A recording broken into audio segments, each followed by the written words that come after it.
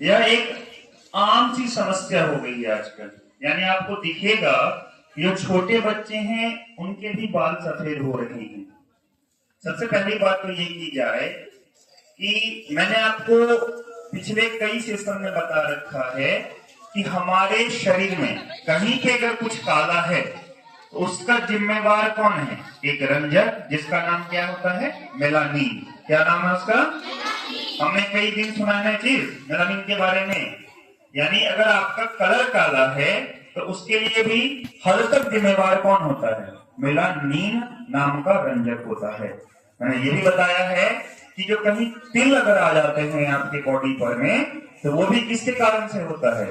Melanin के कारण से ही होता है। ऐसे ही यदि आपके बालों का कलर काला है इसके लिए भी कौन जिम्मेवार है बच्चा? मेलानिन नाम का रंजक जिम्मेवार है। समझ में आया ना? आगे बात किया जाता है। देखो, अगर मान लीजिए कि मेलानिन रंजक आपके बालों में यानी कमी हो जाए उसका, तो धीरे धीरे आपके बालों का कलर हल्का हो जाएगा और कुछ दिनों के बाद वो पकना स्टार्ट हो जाता है। तो खैर बहुत सारे और रीजन होते हैं जो जिससे आपका बाल सफेद होता है। सबसे पहले उसमें जो जिम्मेवार चीज होता है वो होता है न्यूट्रिशन। यानी हमें भोजन कैसा करना चाहिए? पूरा जितना सभी न्यूट्रिशन एक उचित मात्रा में हो, सबसे पहला कारण। दूसरा कारण आपके डाइजेशन का भी सही होना। अगर आपकी पाचन क्रिया सही नहीं है तभी भी क्या होता है? आपके पेट में गर्मी होता है जिस कारण से आपका बाल पकना स्टार्ट हो जाता है।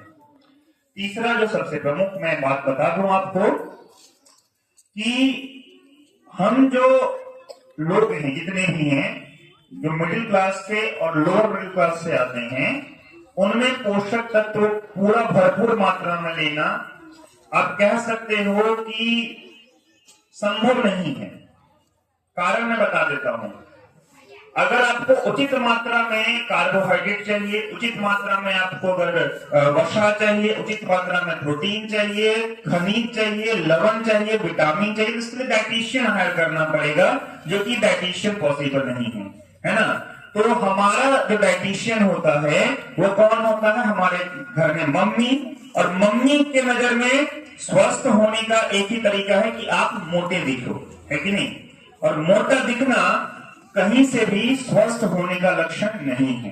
दो तरह का कुपोषण होता है, एक होता है मल न्यूट्रिशन और दूसरा होता है मॉल न्यूट्रिशन। क्या मैंने कहा? मल न्यूट्रिशन और मॉल न्यूट्रिशन। मल न्यूट्रिशन भी एक कुपोषण का तरीका है जिसमें तुम देखोगे लोग हड्डी दिखेंगे तुमको पूरा, है ना? पूरे शरीर कैसा दिखेगा उसको? हड्डी टाइप का। देख के कह दो कि नहीं, इसको लगता है कि सही से पोषक तत्व नहीं मिला है। मॉल न्यूट्रिशन वाले कैसे लोग होते हैं? तुमको मोटे दिखने वाले हैं, यानी पेट निकला हुआ दिखेगा, गाल फूला हुआ दिखेगा। यानी ऐसे लोग कौन होते हैं? मॉल न्यूट्रिशन वाले होते हैं। यानी या तो किसी के पास खाना नहीं है, तो खाना नहीं होने के कारण जो कुपोषण आता है उसको मॉल न्यूट्रिशन कहते हैं। और एक ऐसा व्यक्ति जो खूब खा रहा है, दबा के खा रहा है, उसको क्या कहा जाता है? Mall nutrition. और दोनों कुपोषित व्यक्ति है। दोनों क्या है? कुपोषित व्यक्ति है। समझ में आया ना? मैंने पहले ही कह दिया मम्मी को क्या पसंद है? आप कैसा लिखो? मोटा। तो आपके पास में कैसा कौन सा कुपोषण आएगा? मॉल न्यूट्रिशन, है ना? दबा के चावल खा क्या रहे हो? चावल दबा रहे हो, है ना? चावल है क्या? कार्ब्स है, कार्बोहाइड्रेट है। क्या है ना? आप दबा के कार्बोहाइड्रेट खाए जा रहे हो। आलू, आलू क्या है? कार्ब्स है ना? स्टार्च है, उसमें वसा है, ये खाए जा रहे हो। समझ में आया ना? तो ये सब क्या होता है? ये मॉल न्यूट्रिशन देता है आपके बॉडी को, यानी कुपोषण देता है।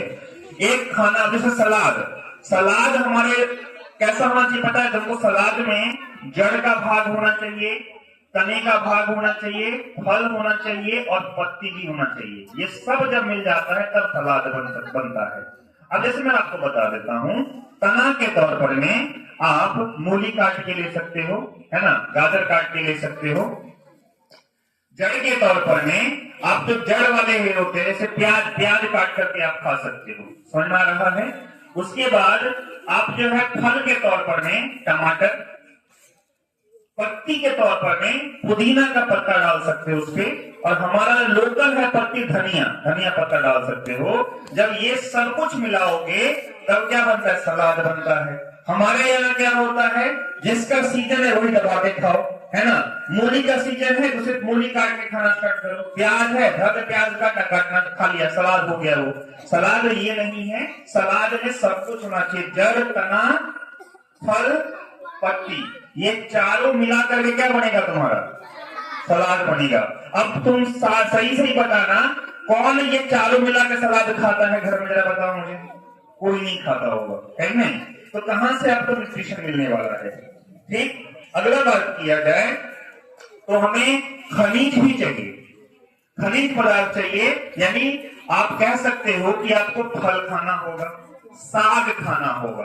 क्या खाना होगा, साग। बहुतों को तो जिह्वा पे उसका स्वाद चढ़ता नहीं है साग का, है कि नहीं।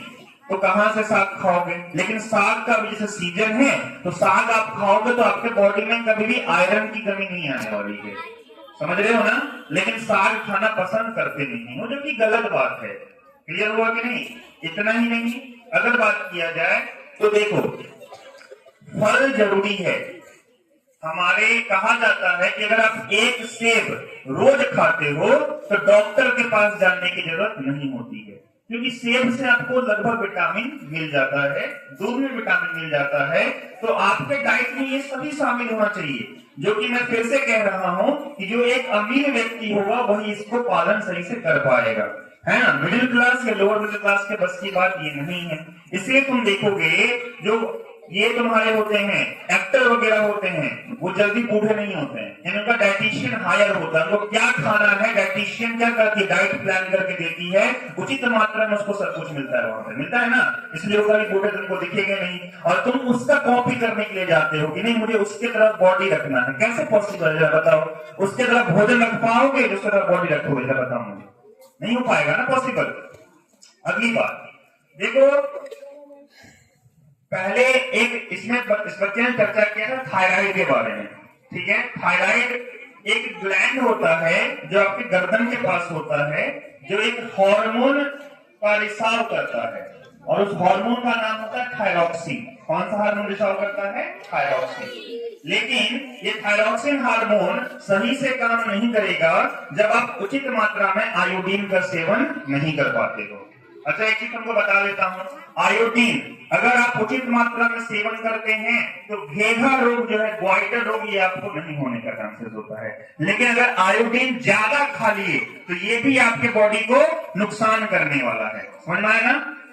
तो अब देखो, अब ये एक चैलेंज हो गया था कि भारत में एक दौर था जिसमें लगभग लोगों को घेघा रोग का शिकायत हो रहा था, यानी ग्वाइटर होना स्टार्ट हुआ, गर्दन पे गिल्टी निकलना स्टार्ट हो जाता था।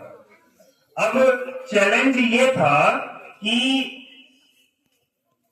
लोगों तक उचित मात्रा में आयोडीन कैसे पहुंचाया जाए। तो लोगों ने सोचा कि नमक एक ऐसा खाद्य पदार्थ है जिसको लोग ना तो ज्यादा खाएगा ना ही कम खाएगा। कैसे खाएगा, उचित मात्रा में खाएगा नमक, समझ में आया ना। इसीलिए जो वैज्ञानिक वगैरह थे उन्होंने नमक में आयोडीन मिला दिया, और फिर आता है टाटा नमक, जो क्या है बच्चा, आयोडीन युक्त है। यानी वैज्ञानिकों ने इसको अचीव कर लिया कि हाँ भाई आयोडीन की कमी है जिससे घेघा रोग हो रहा है, और आयोडीन ना तो ज्यादा खिलाना है लोगों को ना ही कम खिलाना है। तो सबसे अच्छा किसमें मिलावट किया जा सकता है, नमक में। किसमें, नमक में। अभी हमारे जो भारतीय महिलाएं हैं इनमें लगभग आयरन की कमी होती है। किसकी कमी होती है, आयरन की कमी होती है। और आयरन को से कैसे निजात पाया जाए इसके लिए लोग जुटे हुए हैं, और WHO ने खोज निकाला इसका भी तरीका। WHO ने कहा है कि अक्सर महिलाएं चाय ज्यादा पीती हैं, यानी वो खाना खाएंगे कितने बजे में, 1-2 बजे में, तब तक उनका कितना चाय हो जाता है, 3 से 4 कप आराम से चाय पी लेती है। उन्होंने कहा एक काम करते हैं कि चाय पत्ती है ना उसमें आयरन मिला देंगे, तो चाय पत्ती में जो आयरन मिलने वाला है इससे क्या होगा, वो चाय पी रही उसके तहत जो तुम्हारा आयरन है वो भी उनके शरीर में पहुंच जाएगा, और आयरन की जो कमी है बॉडी में वो भी क्या हो जाएगी, अच्छे से भरपाई हो जाएगी। ठीक है, आगे बात कर लेते हैं विटामिन B12। ये आपके बॉडी के लिए सबसे जरूरी न्यूट्रिएंट होता है। आप देखोगे कभी कभी क्या होता है, आपको लगेगा मैं हष्ट पुष्ट हूं, लेकिन आपको काम करने में आलसपन आता है ना। आपको लगेगा सुस्ती हो रखा है मुझे, किसी भी काम को आप करने से पहले अलसा जाते हो, पढ़ने में मन बिल्कुल भी नहीं लगता है, पढ़ते भी हो तो याद नहीं रह पाता है, या फिर कोई अगर जरूरी चीजें हैं वो आप भूलना स्टार्ट करते हो। तो आप ये समझ जाइए आपके बॉडी में विटामिन B12 की कमी हो रही है। समझ आ रहा है ना। विटामिन B12 के बहुत सारे सोर्सेज हैं जिसको आप ले सकते हो। फिर से मैं कह रहा हूं कि जैसे मशरूम है, मशरूम में विटामिन B12 खूब होता है, ब्रोकली में विटामिन B12 होता है, लेकिन ये ऐसी सब्जियां हैं जो आम लोग नहीं खा सकते हैं, है कि नहीं। क्योंकि ये मशरूम हो गया या फिर आपका ब्रोकली हो गया, सुपर फूड में काउंट होता है। और ये सुपर फूड आपको कह सकते हो इजिली अवेलेबल नहीं होता। यहाँ के मार्केट में आपको बहुत कम चांसेस है मिल भी जाए सब्जी वालों के पास में, क्योंकि इसका मार्केट ही नहीं है, तो क्यों रखे। सब्जी वाला भी वही सब्जी रखेगा ना जिसका बिक्री होगा, है ना। मशरूम लेके आके यहाँ के लोग जानते नहीं, बोलते अच्छा ये गोबर छकता है, इसको कौन खाता है, ये बोलोगे ना। लेकिन वो उसमें विटामिन B12 पाया जाता है। ठीक है, जो नॉनवेज खाने वाले हैं मछली में विटामिन B12 होता है, और बहुत सारे सोर्सेज हैं फल के, जहां बेटा चुकंदर खाओगे तो इन सब में विटामिन B12 पाया जाता है, जो कि आपके बॉडी में B12 की कमी को पूरा करता है। देखो दो टाइप का हंगर होता है, एक होता है हंगर क्रेविंग, और दूसरा होता है हंगर। अब समझना मैं क्या कह रहा हूं। एक होता है हंगर, यानी लोग भूख से मर रहे हैं, समझ में आ रहा है ना, जिसके कमी से एक मैस्मस नाम की बीमारी होती है, या कावाशियोरकर नाम की बीमारी होती है। अब जरा ध्यान देना, सरकार इस गोल को अचीव करने के लिए ऑलरेडी क्या कर रही है, तो कोटा के थ्रू राशन दे रही है। 5 किलो गेहूं और 5 किलो चावल, भले ही आपके पास 4 किलो मिल रहा होगा वो अलग बात है, लेकिन 5 किलो का प्रोविजन है वहां से, है ना। तो 5 किलो गेहूं 5 किलो चावल, लेकिन दोनों क्या है, कार्ब्स का सोर्स है, फिर से कार्बोहाइड्रेट है, यानी आप इसे पेट तो भर रहे हो, लेकिन जो हिडन हंगर है उसकी पूर्ति नहीं हो रही है। हिडन हंगर मतलब कि आपके बॉडी को एसेंशियल न्यूट्रिएंट है, ये भी जानना जरूरी है। जैसे मैं कहूं तो आपके बॉडी में B12 का होना बहुत जरूरी है, आपके बॉडी में उचित मात्रा में आयरन होना बहुत जरूरी है, समझ में आ रहा है ना। तो ये सब जरूरी है आपके बॉडी के लिए, लेकिन ये चावल और गेहूं के खाने से पूरा नहीं हो पाएगा, समझ में आ रहा है कि नहीं। तो कभी कभी अगर सरकार का मन करता है तो प्रोटीन के सोर्स के तहत दाल भी आपको प्रोवाइड कर देती है, लेकिन वो कभी कभी होता है, जनरली आपको गेहूं और चावल मिल पाता है। लेकिन 2027 से भारत सरकार ने एक ऐसा योजना लेके ला रहा है जिसमें वो क्या करेगा, फोर्टिफाइड चावल और फोर्टिफाइड गेहूं तो नहीं हो सकता है, गेहूं को पिसा करके ही तुम खाओगे आटा, है ना। तो फोर्टिफाइड चावल जो है वो वितरण करने की सोच रही है, जिससे वो हिडन हंगर के जो केसेस है उसको भी अचीव कर पाए। अब मैं आपको बता रहा हूं फोर्टिफिकेशन का मतलब क्या होता है। फोर्टिफिकेशन का मतलब होता है, जैसे चावल है, एक बहुत बड़ा सा बर्तन या नाद लिया जाएगा, उसमें क्या किया जाएगा, विटामिन B12 दे दिया जाएगा, उसके अंदर में जो है प्रोटीन मिला दिया जाएगा, आयरन मिला दिया जाएगा, और अच्छे से उसको मिला दिया जाएगा, और वो आपके पैकिंग करके आपके घर तक पहुंचेगा। लेकिन फोर्टिफाइड चावल जब भी खाओगे तो वहां पर इंस्ट्रक्शन होता है कि आप इसको धो के ना खाएं, क्योंकि जैसे ही धो दोगे तो जो मिलाया गया वो सब क्या हो जाएगा, भूल जाएगा। इसीलिए फोर्टिफाइड चावल के लिए इंस्ट्रक्शन होता है कि आप इसको धो के नहीं खाओगे, समझ आया ना। फोर्टिफाइड मिल्क भी होता है जो आप पीते हो, जैसे दूध है ना, दूध में आपने क्या किया, कुछ भी एक्स्ट्रा आपने अगर विटामिन या कोई खनिज पदार्थ जोड़ दिया है उसको फोर्टिफिकेशन कहा जाता है। एग्जाम्पल के तौर पे दूध में अगर आप हॉर्लिक्स मिला लेते हो, दूध में आपने ब्राउन बीटा मिला लिया, ये सब क्या है, ये सब फोर्टिफिकेशन है। क्या है बच्चा, फोर्टिफिकेशन, यानी आपने उसमें कुछ जो है extra mineral, extra vitamin add कर दिया है। इस प्रक्रिया को क्या कहा जाता है, फोर्टिफिकेशन कहा जाता है। क्लियर हुआ। चलो अब अगला टॉपिक क्या कहते हैं, मैं पढ़ देता हूं। हमारे बालों का रंग एक विशेष रसायन मेलेनिन की वजह से होता है। यह मेलेनिन बालों की जड़ों में स्थित मेलेनोसाइट्स नाम की विशेष कोशिकाओं द्वारा बनाया जाता है। अब देखो बच्चा, जो मेलेनिन पिगमेंट है ये बनता कहाँ है? कोशिका में बनेगा। कहाँ बनेगा बच्चा? कोशिका में। और कौन से कोशिका में बनेगा? तो मेलेनोसाइट्स नाम का कोशिका में बनता है। कहाँ बनता है? मेलेनोसाइट्स नाम की कोशिका में मेलानिन पिगमेंट बनता है। जब हम छोटे होते हैं तो मेलेनोसाइट्स ठीक से काम करते हैं। यानी देखोगे जो बच्चे होते हैं उनके बाल काले दिखेंगे, तुमको बहुत कम बच्चा होता है जिसमें सफेद बाल दिखता है ना। ऐसे केसेस बहुत मिनिमम होते हैं। जब छोटे होते हैं तो ये मेलानिन पिगमेंट सही से काम करता है ना। और ये मेलेनोसाइट सही अमाउंट में मेलानिन पिगमेंट बनाता है। अब आगे बात करते हैं। लेकिन जैसे ही ये मेलेनोसाइट सही से काम करना बंद कर दे तो इसका मतलब मेलानिन पिगमेंट जो है उसका बनना बंद हो जाएगा और आपके बाल काले या भूरे रंग के हो जाते हैं, यानी धीरे हल्के होते जाते हैं। समझ आया? और फिर वो लास्ट में जाकर के सफेद हो जाएंगे। यह एक प्राकृतिक प्रक्रिया है, लेकिन कई बार यह उम्र में, कम उम्र में भी हो सकती है। देखो, बालों का पकना एक प्राकृतिक प्रक्रिया है। देखो बच्चा, मैं बता देता हूं, भगवान ने दो चीज तो आपके शरीर में पहले से ही बना करके भेजा है जो दोबारा कभी नहीं बन सकता है। पहला, जो हमारी प्यारी बिटिया होती है उसके पास में ओवा यानी ओवम जो है वो फिक्स होके आता है ना, जो कि मंथली साइकिल के टाइम पर में एक एज तक निकलता है और जब बंद होता है तो उसको मेनोपॉज कहा जाता है ना। तो ये फिक्स है, अमाउंट फिक्स है, दोबारा आपके बॉडी में कभी नहीं बनने वाला है, ऊपर भगवान ने ही बना करके भेजा है। दूसरा, आपके बॉडी के अंदर में एक हार्मोन होता है जिसको इंसुलिन कहा जाता है। क्या कहा जाता है?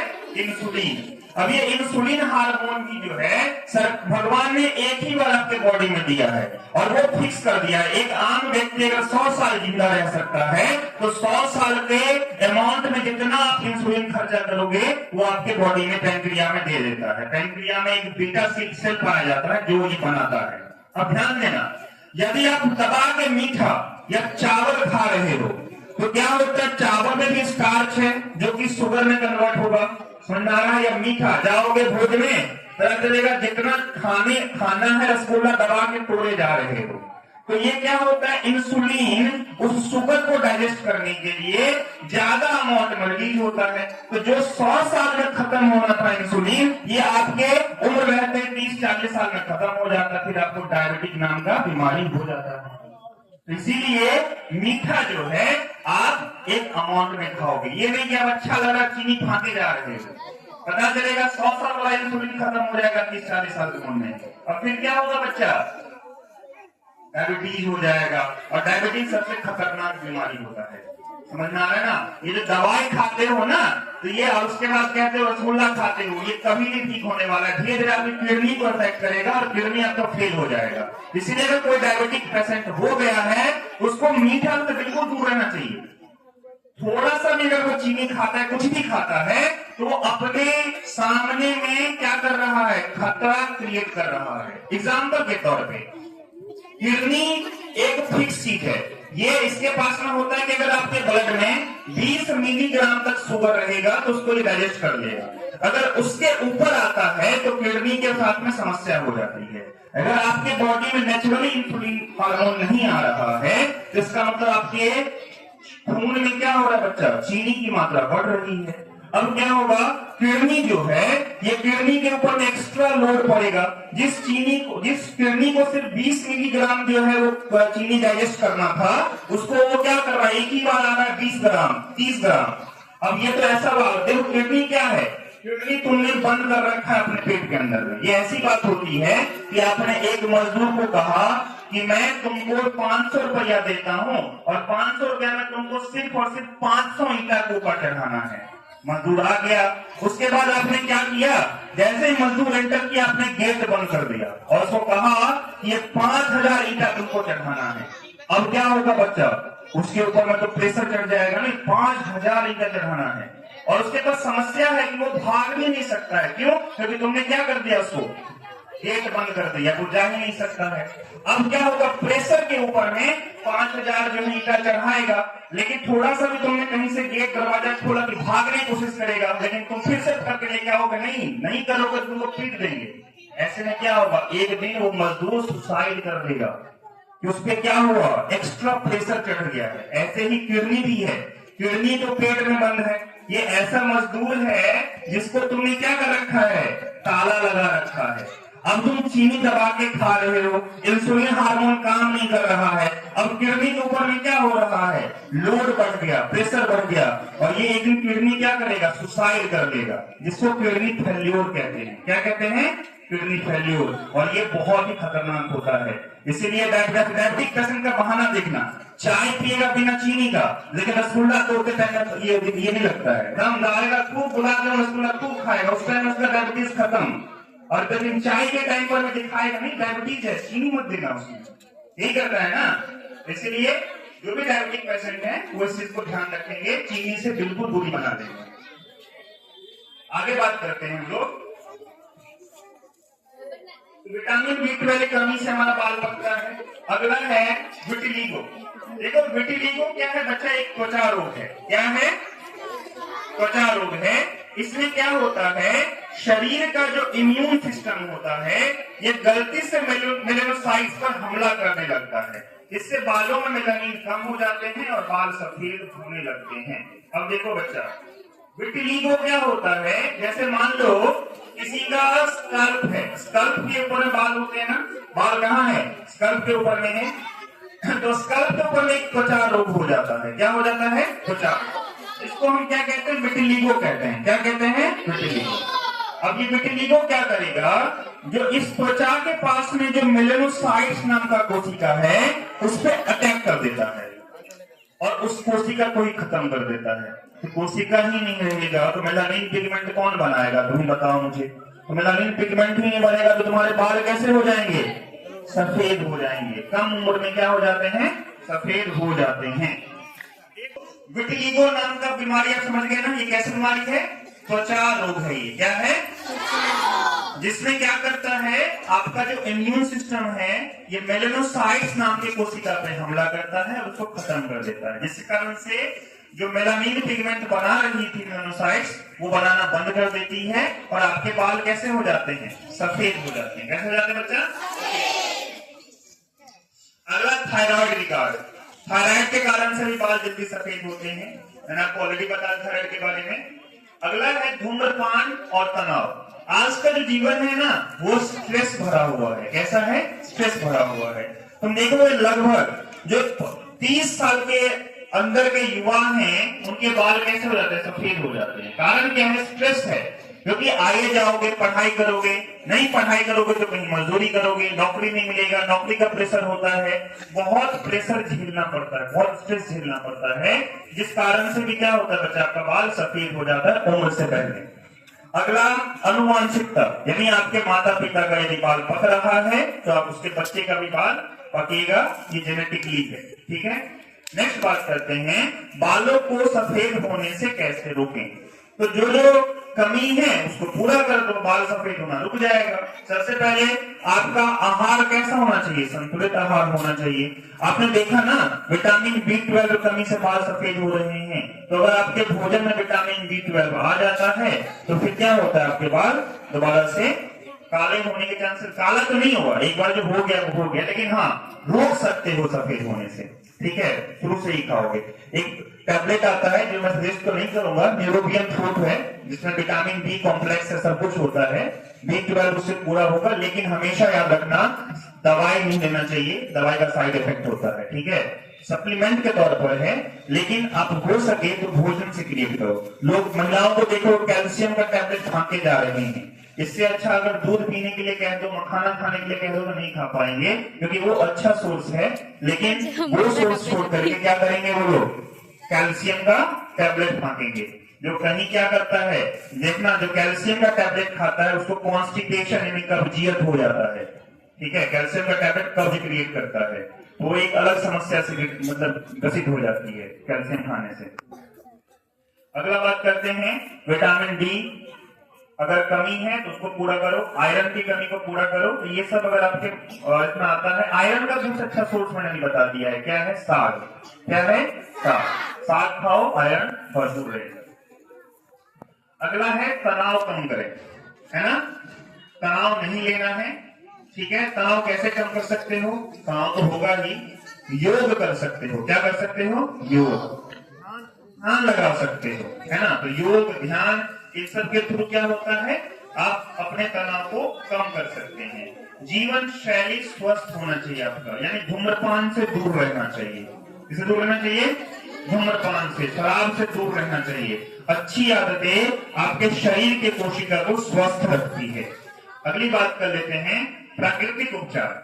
बालों के लिए आंवला तेल, करी पत्ता, मेहंदी जैसे प्राकृतिक उपाय अच्छे माने जाते हैं। ये बालों को पोषण देते हैं और उन्हें स्वस्थ बनाए रखते हैं।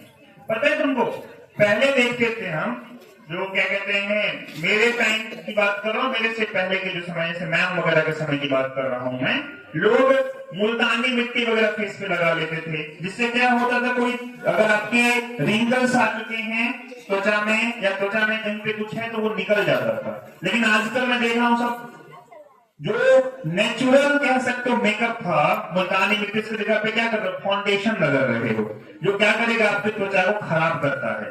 अभी ना आप सुंदर दिखोगे, लेकिन एक उम्र आएगा जब नेचुरल ऑयल जो आपके चेहरा सिक्रेट होता है सेबेशियस ग्लैंड से, वो निकलना बंद हो जाएगा। और जब 40-50 में जाओगे तो बिना मेकअप के भूत लगने वाले हो। समझ आ रहा है ना? इसलिए मुल्तानी मिट्टी एक अच्छा ऑप्शन है जिसको आप लगा सकते हैं।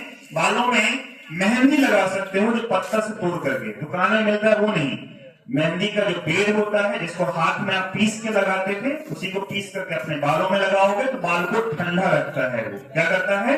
ठंडा रखता है और बाल को प्राकृतिक बनाता है। ठीक है, अगली बात करें हम, अगर हम सही आहार लें, तनाव कम करें और स्वस्थ जीवन शैली अपनाएं तो बालों के सफेद होने की गति को धीमा किया जा सकता है। अगर बाल बहुत जल्दी सफेद हो रहे हों तो डॉक्टर से सलाह लेना भी जरूरी है। बच्चों के लिए सीख यह है कि स्वस्थ खाना, पर्याप्त नींद और तनाव से दूर रहना न केवल शरीर बल्कि बालों के लिए भी अच्छा होता है ना? खाना कैसे? देखो, ट्रांस फैट किसमें हो रहा है बता देता हूँ। जैसे तुम डालडा सबसे ज्यादा ट्रांस फैट नहीं लगता है। उसके अलावा मैं तुम्हें बताऊं मैं कि ट्रांस फैट जो है, जैसे तुम डीप फ्राइड ऑयल, तुम देखोगे जैसे कोई फास्ट फूड बना रहा है तो वो जो कैसा तेल, वो क्या करेगा? बार बार छानना स्टार्ट, उसी तेल में बार बार छानना स्टार्ट करता है। उसमें ट्रांस फैट की मात्रा बढ़ जाती है, जो कि आपके लिए बहुत खतरनाक है। कोलेस्ट्रॉल बढ़ सकता है आपकी बॉडी में। समझ में आ रहा है ना? समोसा हमेशा डालडा में बनता है। किसे बनता है? डालडा में। जलेबी किसे बनता है? डालडा में। क्यों? क्योंकि डालडा क्या करता है, उसमें हाइड्रोजन की मात्रा ज्यादा होती है। डालडा किसकी मात्रा ज्यादा होती है? हाइड्रोजन की। और हाइड्रोजन क्या करता है? किसी भी खाने को क्रिस्पी बनाता है। कैसा बनाता है? क्रिस्पी। और आपके जीभ को कैसा खाना पसंद है? क्रिस्पी, है ना? कैसा खाना पसंद है? क्रिस्पी। लेकिन वो क्रिस्पी खाना क्या करता है? आपके बॉडी को कोलेस्ट्रॉल से भर देता है लेकर के, जो कि क्या है बच्चा? नुकसानदेह है। तो अगर जीभ ज्यादा आपका ललचा रहा है समोसा वगैरह देख करके, तो फिर उसको बंद कीजिए। आपको बताऊं मैं, जो वर्ल्ड वार हुआ था उसमें एक नया इंडस्ट्री में जन्म लिया था डालडा ने, वनस्पति घी। उस टाइम पर में जो डालडा का एड आता था, कैसा आता था पता तुमको? एक बच्चा है और एक दूसरा बच्चा है, वो दौड़ रहा है, दूसरे झगड़ा हो गया, ठीक है? तो जो डालडा खाने वाला बच्चा था वो जीत गया। अब उसके जो घी खाने वाला बच्चा था वो हार गया। अब वहां पे एक्टिंग सर्च करना याद आता था। अब उसकी मम्मी आते, देखा डालडा का कमाल, यानी मेरा बच्चा डालडा खाता है इसलिए इतना हेल्दी है, और ये जो घी खाता है ये क्या है? अस्वस्थ है। और जब ऐसा एक दौर आया, जो लगभग डालडा खाने वाले लोग हार्ट अटैक की समस्या से जूझना स्टार्ट हो गए, यानी लोग मरने के कगार पे आ गए, बहुत लोग मरना स्टार्ट हुआ, हार्ट अटैक आना स्टार्ट हुआ। तब लोगों को समझ में आ रही, ये तो इंडस्ट्री ने बहुत मतलब ये खेल खेल दिया हम लोगों से। तो इसलिए ट्रांस फैट को लगभग 0 के, यानी अभी 2004 से 5 तक जो है ना, लगभग हम लोग 2% ट्रांस फैट पे आ गए हैं, लेकिन गवर्नमेंट का प्लान है कि हम लोग 0% ट्रांस फैट करें कंज्यूम। इसलिए अगर आप भी चाहते हो तो समोसा और ये जलेबी है उसको खाना कम करो, ठीक है। कोई भी चीज अगर आप खाओगे, मान लेते हैं महीने वगैरह में, तो ठीक है डाइजेस्ट कर लेगा एक वगैरह। अगर आप रेगुलर बेसिस पे प्रैक्टिस कर रहे हैं तो आप दूर नहीं है हार्ट अटैक से, समझ में आया ना। तो चलो आज का ये पत्रिका खत्म हो।